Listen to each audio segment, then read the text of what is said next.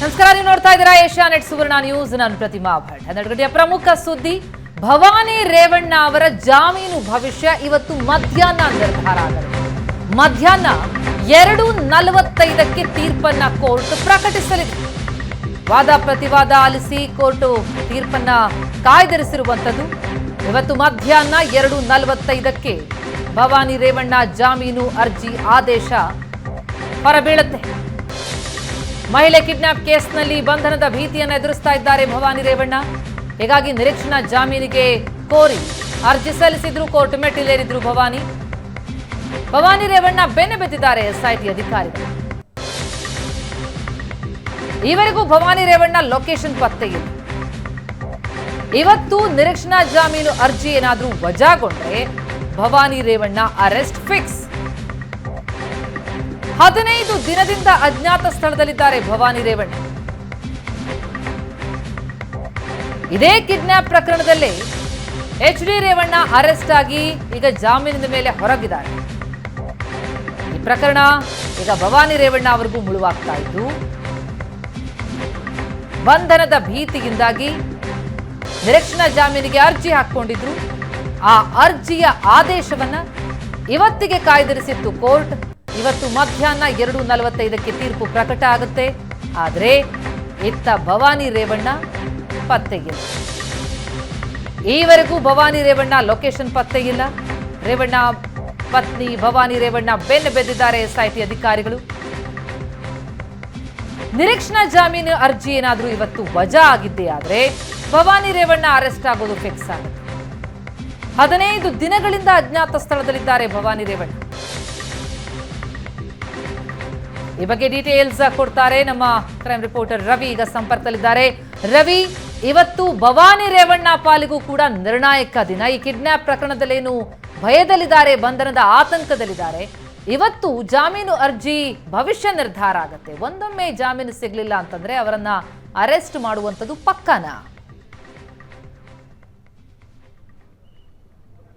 ಖಂಡಿತವಾಗಿ ಪ್ರಥಮ, ಯಾಕಂದರೆ HD ರೇವಣ್ಣ ಅವ್ರಿಗೂ ಇದೇ ಪರಿಸ್ಥಿತಿ ಇತ್ತು. ಯಾಕಂದರೆ ನಿರೀಕ್ಷಣಾ KR ನಗರದ ಮಹಿಳೆಯ ಕಿಡ್ನ್ಯಾಪ್ ಪ್ರಕರಣದಲ್ಲಿ HD ರೇವಣ್ಣ ನಿರೀಕ್ಷಣಾ ಜಾಮೀನನ್ನು ಹಾಕಿದ್ರು. ಅದು ಜನಪ್ರತಿನಿಧಿಗಳ ನ್ಯಾಯಾಲಯದಲ್ಲಿ ರಿಜೆಕ್ಟ್ ಆದ ತಕ್ಷಣವೇ ಅವರನ್ನು ಪದ್ಮನಾಭ ನಗರದಲ್ಲಿರುವಂತಹ ದೇವೇಗೌಡರ ಮನೆಯಿಂದಲೇ SIT ಅಧಿಕಾರಿಗಳು ಅರೆಸ್ಟ್ ಮಾಡಿ ಕರ್ಕೊಂಡ್ಬಂದಿದ್ರು. ಅದೇ ಪ್ರಕರಣದಲ್ಲಿ ಈಗ ಆಲ್ರೆಡಿ 7 ಜನ ಕೂಡ ಅರೆಸ್ಟ್ ಆಗಿದ್ದಾರೆ. ಆ ಪ್ರಕರಣದ ಮುಂದುವರೆದ ಭಾಗವಾಗಿ ಭವಾನಿ ರೇವಣ್ಣ ಅವ್ರಿಗೂ ಕೂಡ ಬಂಧನದ ಭೀತಿ ಎದುರಾಗಿರುವಂಥದ್ದು. ಸೊ ಯಾಕಂದರೆ ಈಗ ಆಲ್ರೆಡಿ 2 ಬಾರಿ ನೋಟಿಸ್ ಕೊಟ್ಟಿದ್ದಾರೆ ಅನ್ನುವಂತಹ ಒಂದು ಹಿನ್ನೆಲೆಯಲ್ಲಿ ಕೂಡ ಅವರು ಮಾಧ್ಯಮಗಳಲ್ಲಿ ಬರ್ತಾ ಇದೆ ಅನ್ನುವಂತಹ ಕಾರಣಕ್ಕೋಸ್ಕರ ನಮ್ಮನ್ನು ಕೂಡ ಆರೋಪಿ ಮಾಡುವಂತಹ ಸಾಧ್ಯತೆ ಇದೆ ಅಂತೇಳಿ ಜನಪ್ರತಿನಿಧಿಗಳ ನ್ಯಾಯಾಲಯದಲ್ಲಿ ನಿರೀಕ್ಷಣಾ ಜಾಮೀನಿಗೆ ಅರ್ಜಿ ಕೂಡ ಹಾಕಿದರು. ಈಗ ಆಲ್ರೆಡಿ SIT ಪರವಾದಂತಹ SPP ಜಗದೀಶ್ ಅವರು ಕೂಡ ವಾದ ಮಂಡನೆ ಮತ್ತು ಭವಾನಿ ರೇವಣ್ಣ ಅವರು ಪರವಾದಂತಹ ಚೌಟ ಅವರು ಕೂಡ ವಾದವನ್ನು ಮಂಡನೆ ಮಾಡಿದ್ದಾರೆ.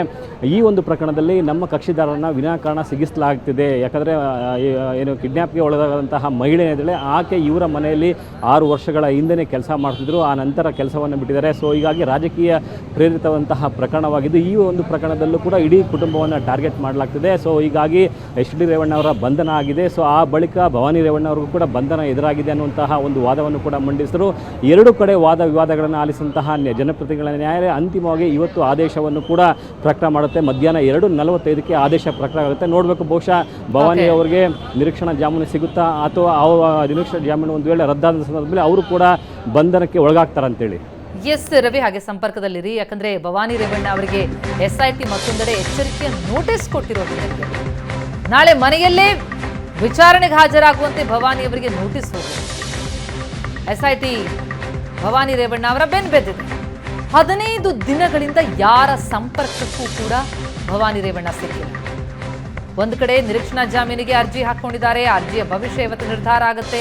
ಜಾಮೀನು ಸಿಗುತ್ತೋ ಇಲ್ಲೋ ಅನ್ನೋದು ಗೊತ್ತಾಗುತ್ತೆ. ಮತ್ತೊಂದೆಡೆ ಮೇ 4ರಂದು ಹೊಳೆನರಸೀಪುರ ಮನೆಯಲ್ಲಿದ್ದಂಥ ಭವಾನಿ ರೇವಣ್ಣ ಮೇ 6ಕ್ಕೆ JDS ಶಾಸಕರನ್ನ ಭೇಟಿಯಾಗ್ತಾರೆ. ಶಾಸಕರ ಭೇಟಿ ಬಳಿಕ ಹೊಳೆನರಸೀಪುರ ಮನೆಯಿಂದ ತೆರಳಿದ್ದಂಥವರು ಮೇ 8ರಿಂದ ಯಾರ ಸಂಪರ್ಕಕ್ಕೂ ಸಿಕ್ಕಿಲ್ಲ. ನಾಳೆ ಮನೆಯಲ್ಲೇ ವಿಚಾರಣೆಗೆ ಹಾಜರಾಗುವಂತೆ ಭವಾನಿ ಅವರಿಗೆ SIT ಎಚ್ಚರಿಕೆ ನೋಟಿಸ್ ಕೊಟ್ಟಿದೆ.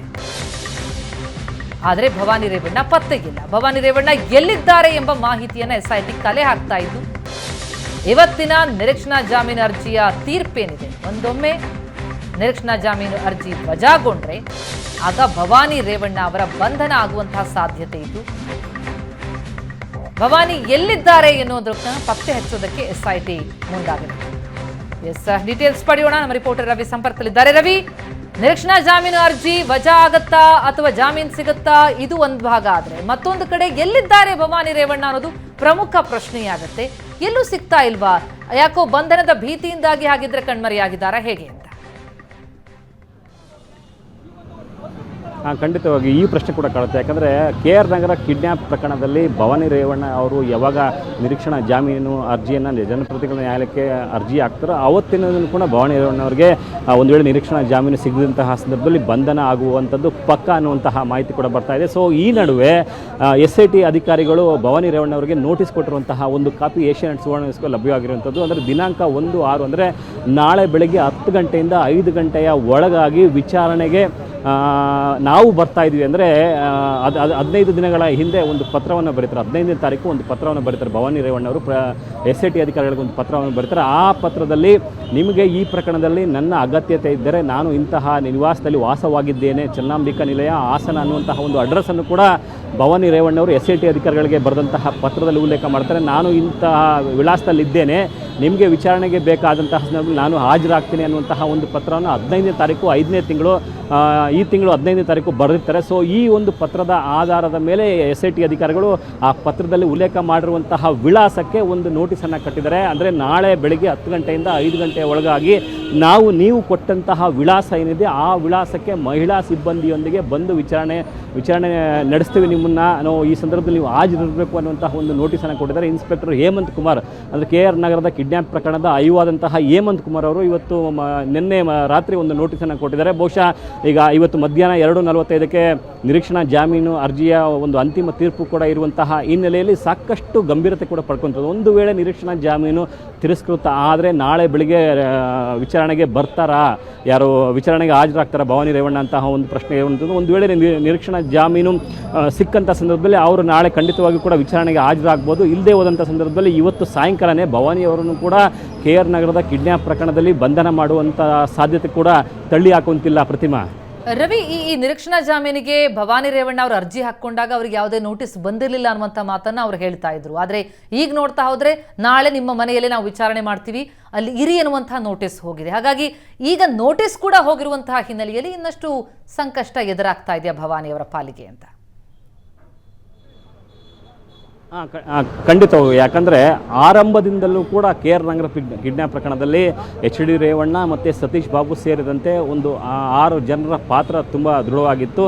ತದನಂತರ ಅಂದರೆ ಸತೀಶ್ ಬಾಬು ಅವರ ಹೇಳಿಕೆಯನ್ನು ದಾಖಲು ಮಾಡಲಾಗಿರುವಂಥದ್ದು, ಜೊತೆಗೆ ರಾಜಗೋಪಾಲ್ ಅನ್ನುವರ ತೋಟದ ಮನೆಯಲ್ಲಿ ಏನು ಮಹಿಳೆ ಹುಣಸೂರಿನ ತೋಟದ ಮನೆಯಲ್ಲಿ ಆ ಸಂತ್ರಸ್ತ ಮಹಿಳೆಯನ್ನು ರಕ್ಷಣೆ ಮಾಡೋದಿಲ್ಲ, ಅವರ ಎಲ್ಲರ ಹೇಳಿಕೆಯನ್ನು ಕೂಡ ಪಡೆದಿರುವಂತಹ ಹಿನ್ನೆಲೆ ಜೊತೆಗೆ ಒಂದಷ್ಟು ಕಾಲ್ ಡೀಟೇಲ್ಸ್ಗಳನ್ನು ತೆಗಿತಾರೆ. ಅಂದರೆ ಭವಾನಿ ರೇವಣ್ಣವರು ಬನ್ನಿ ಅಂತ ಹೇಳಿದ್ದಾರೆ ಅಂತೇಳಿ ಕರ್ಕೊಂಡು ಹೋಗಿರುವಂತಹ ಹಿನ್ನೆಲೆ ಜೊತೆಗೆ ಭವಾನಿ ರೇವಣ್ಣ ಅವರ ಮನೆಯಲ್ಲಿ ಕೆಲಸ ಮಾಡ್ತಿರುವಂತಹ ಹಿನ್ನೆಲೆ ಆಕೆಯ ಕನೆಕ್ಷನ್ಸ್ ಕೂಡ ಇದರಲ್ಲಿ ಇದೆಯಾ ಅನ್ನುವಂತಹ ಒಂದಷ್ಟು ಪ್ರಶ್ನೆಗಳಿಗೆ SIT ಅಧಿಕಾರಿಗಳು ಉತ್ತರಗಳು ಕಂಡುಕೊಂಡಿದ್ದಾರೆ. ಈ ನಡುವೆ ಈ ಭವಾನಿ ರೇವಣ್ಣವರೇ ಸ್ವಯಂ ಪ್ರೇರಿತವಾಗಿ ಜನಪ್ರತಿನಿಧಿಗಳ ನ್ಯಾಯಾಲಯಕ್ಕೆ ಯಾವಾಗ ನಿರೀಕ್ಷಣಾ ಜಾಮೀನಿಗೆ ಅರ್ಜಿಗೆ ಮುಂದಾಗ್ತಾರೋ ಆ ಸಂದರ್ಭದಲ್ಲಿ SIT ಅಲರ್ಟ್ ಆಗ್ತಾರೆ. ಯಾಕಂದರೆ ಯಾವುದೇ ತಪ್ಪಿಲ್ಲ ಇಲ್ದಿದ್ರೂ ಕೂಡ ಕೆಲವೊಂದಷ್ಟು ಆರೋಪಗಳು ಸುಮ್ಮನೆ ಇರ್ಬೋದು, ಆದರೆ ತಪ್ಪಿರುವಂತಹ ಕಾರಣಕ್ಕೋಸ್ಕರ ಯಾವಾಗ ನಿರೀಕ್ಷಣಾ ಜಾಮೀನು ಅರ್ಜಿ ಹಾಕ್ತಾರೋ ತಕ್ಷಣವೇ SIT ಅಧಿಕಾರಿಗಳು ಆಕೆಯನ್ನು ವಿಚಾರಣೆ ಮಾಡೋದಕ್ಕೆ ಅನುಮತಿಯನ್ನು ಮೇಲಧಿಕಾರಿಗಳಿಂದ ಅನುಮತಿ ತಗೊಂಡು ಈಗ ಆಲ್ರೆಡಿ ನೋಟಿಸ್ ಕೂಡ ಕೊಟ್ಟಿರುವಂಥದ್ದು. ಮತ್ತು ಮಧ್ಯಾಹ್ನದ ಏನು ನಿರೀಕ್ಷಣಾ ಜಾಮೀನು ಏನಾದರೂ ಒಂದು ವೇಳೆ ತಿರಸ್ಕೃತ ಆದರೆ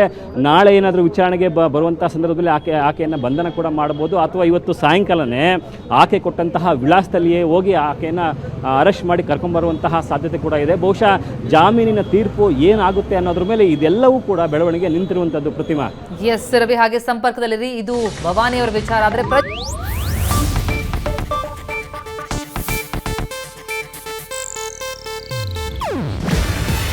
ಇದು ಏಷ್ಯಾನೆಟ್ ನ್ಯೂಸ್ ನೆಟ್ವರ್ಕ್ ಪ್ರಸ್ತುತಿ.